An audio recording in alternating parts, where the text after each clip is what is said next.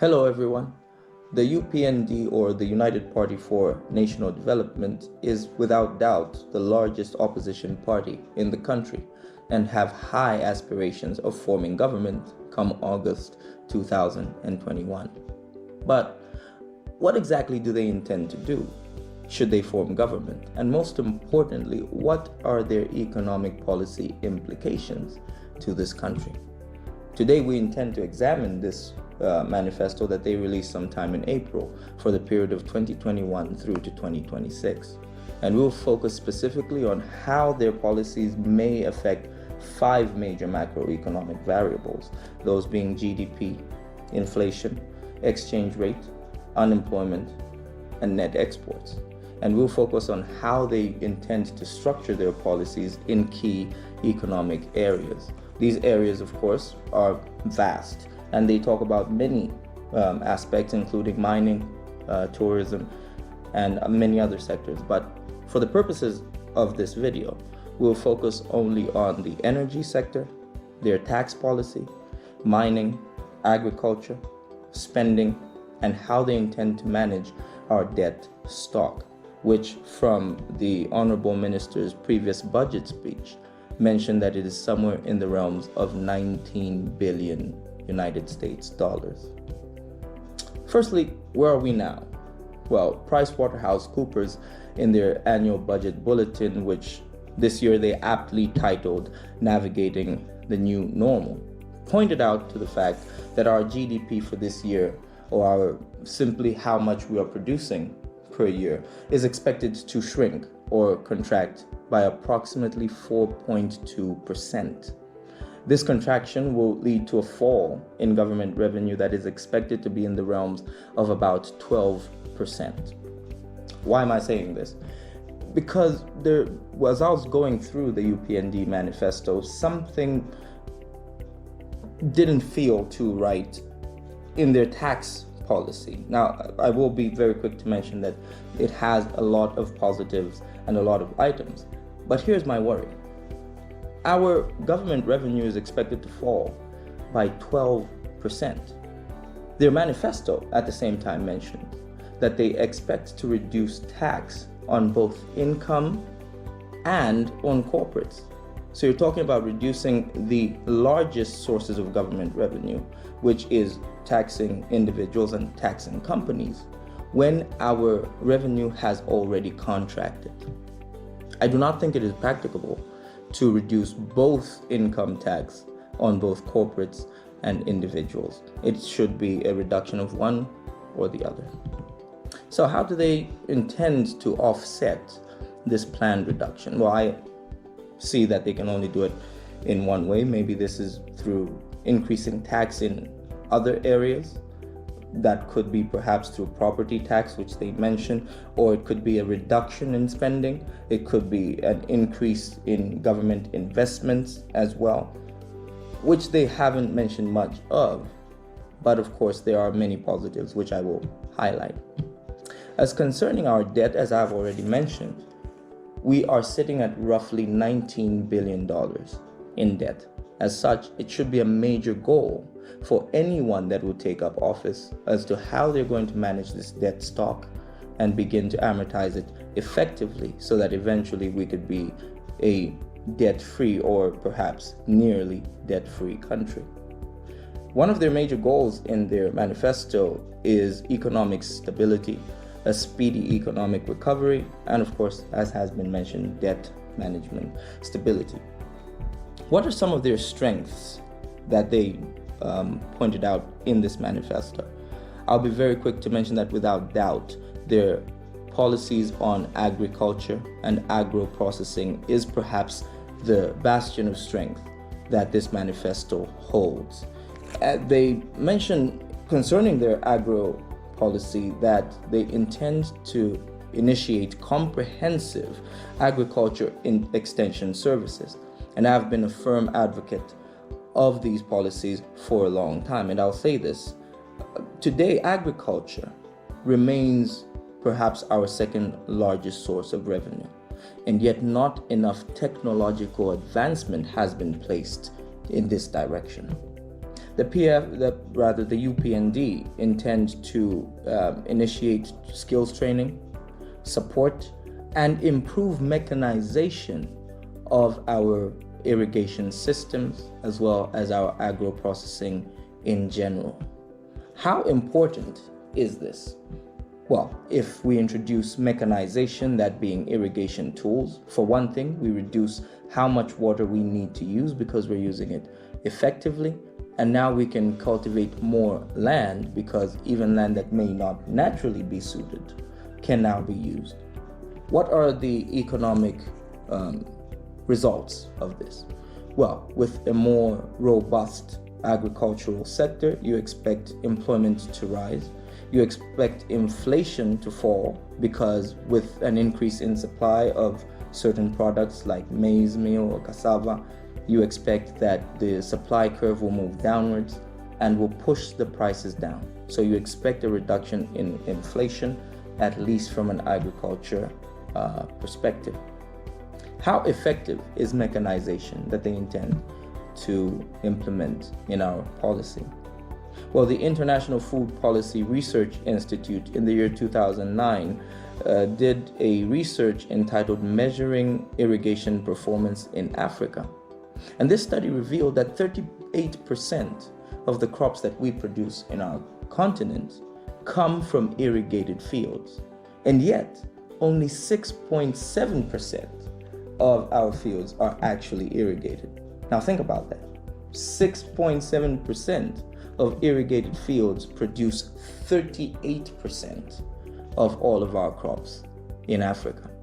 Now this obviously means that we can triple, double, or perhaps multiply by 10, if possible, how much we produce should we introduce irrigation into our economic system for our agro-processing. So this, by far, is one of their greatest strengths by doing so. This also could increase our export value should we produce over and above the demand within our country. And of course, as you know, should exports rise, the value of our kwacha also will improve as international trade is strengthened. I will mention, of course, that I had a challenge with their agro policy on one aspect, and that is the fact that they did not make mention of the Farmer Input Support Program and the adjustments that they intend to make. The Farmer Input Support Program remains a highly inefficient system that has been running for close to 2 decades now. And yet, I have not seen anything in their policy that mentions how they intend to restructure a desperately dire system. How dire is this system? Well, the Policy Monitoring and Research Institute mentions in 2015 that 1.1 billion kwacha was allocated to Farmer Input Support Program in that year, and only 56% of the target farmers actually received those allocations. At the same time, in the same year, of the maize that they collected, 78% of that maize came from commercial farmers. That means that the farmers that are engaging in the Farmer Input Support Program only provided 22% of that maize. Therefore, the FISP is in dire need of fundamental restructuring so that it can focus more on skills training and irrigation tools, and not just the giving of the inputs themselves, being the fertilizer and the maize. And at the same time, also through a restructuring of this program, we could see increased diversification should soil testing be engaged as well, so that the right crops can be grown in the right area. So that is my criticism, perhaps, that the Farmer Input Support Program is not mentioned in the manifesto, which is something perhaps I would have loved to see. Overall, though, their agro policies are strong and promise to increase GDP, net exports, as well as employment. However, there are some policies, again, that left me guessing. And they did mention something about forming a financing bank for agriculture. I couldn't understand perhaps the major idea behind it. Do they intend to have a bank that simply gives credit access to agricultural entities only? Should it be a question of forming such an entity, or a question of addressing the issue of why agricultural entities are not able to access credit from already existing institutions, and work on improving those factors so that they can access those credit facilities from the institutions already giving those credit facilities as well? So that's on agro policy. Concerning energy, a study was done by Zulu from the Department of Energy and mentions that Zambia today faces a nearly 800 megawatt power deficit. And that, of course, should be a major goal. How are we going to reduce this deficit? And how are we going to perhaps come to the end of load management or load shedding?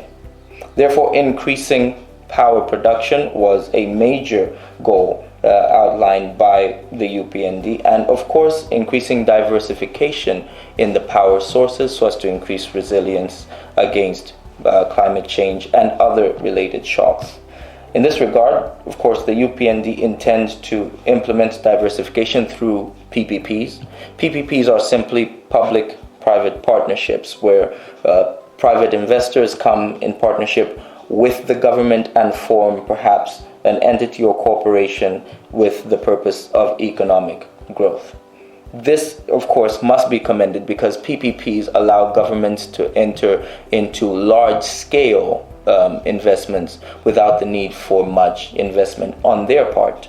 And at the same time, at the end of that PPP agreement, the government is left, or the people of Zambia are left, with a fully functioning entity.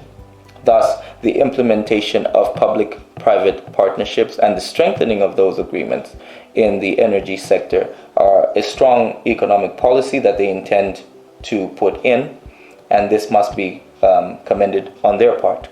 They also intend to effect cost-reflective tariffs. I don't know much about that because they do not give us whether that cost-reflective tariff will be an upward movement of the current power tariffs we see, or it will be a downward movement of the current power tariffs that we see, so as to better reinforce ZESCO and, of course, restructure it. Now, when it comes to all of these changes, what do we expect to see? Should the UPND succeed in increasing our power production and also diversifying our power production sources into other things like wind, solar, and others? Of course, we expect to see productivity overall increase, as virtually every industry you can imagine uses electricity for its productive works. Through an increase in productivity, we expect that more people will be required to work, and unemployment obviously will fall. So that, of course, is what we expect to see. And should many of these entities produce over and above the demand that we have in our country, we expect to see net exports increase just by the improvement of our energy economic policy. What about mining? Well, with mining, I will mention that there are also some very strong policies that they have.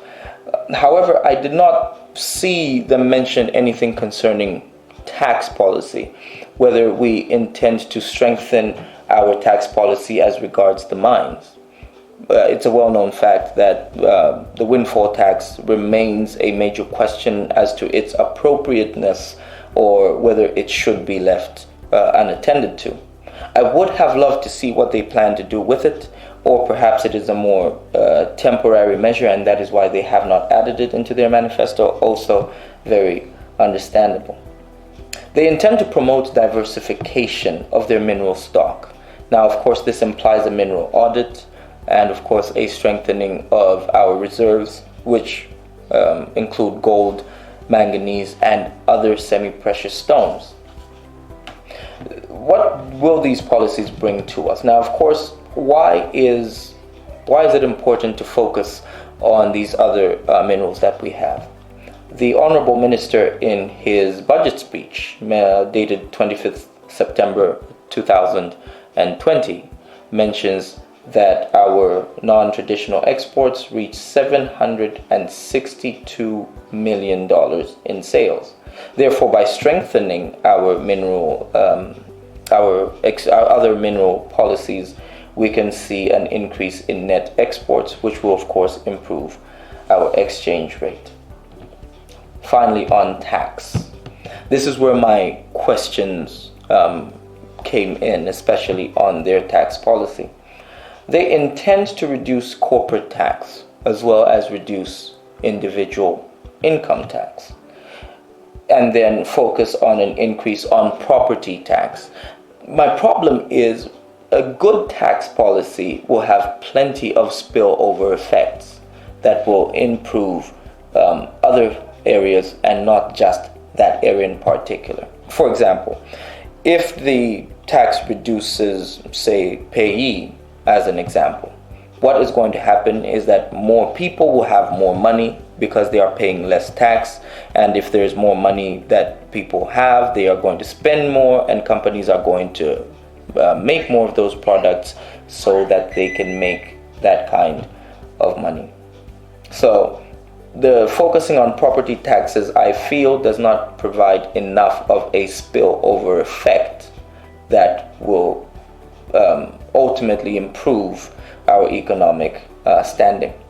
I do not feel it is practicable to reduce both corporate and individual tax at the same time, because then you're severely straining government resources unless they have an extremely robust fiscal measure that will reduce government spending.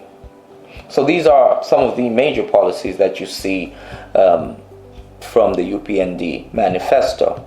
Also, they intend to focus on proper project selection so as to manage their debt stock. They have mentioned concerning debt that in their project selection they will focus on projects that are revenue generating, and so as to reduce how much they are paying out. This good fiscal policy measure must be commended because it will of course improve how much less we are paying out as debt. So if they do properly implement it, then of course we expect to see it happen. Overall, it is a great manifesto that they have put with strong agroeconomic and energy policies. However, my concern will be on the farmer input support program, non-investment in diversification of our mining value chain for copper. As we all know, we simply dig out the copper. We do not refine it, we do not process it, we do not do anything with it but sell it. And I would have loved to see a manifesto that perhaps focuses on extending the value chain that copper has.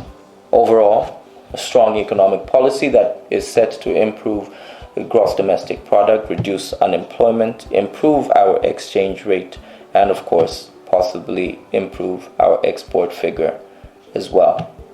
So that is the UPND Manifesto in its short summary. Catch me on the next one, where we look at the Patriotic Front's manifesto, and no doubt there is a lot of interesting points that you'll want to find there as well. We'll catch you on the next one.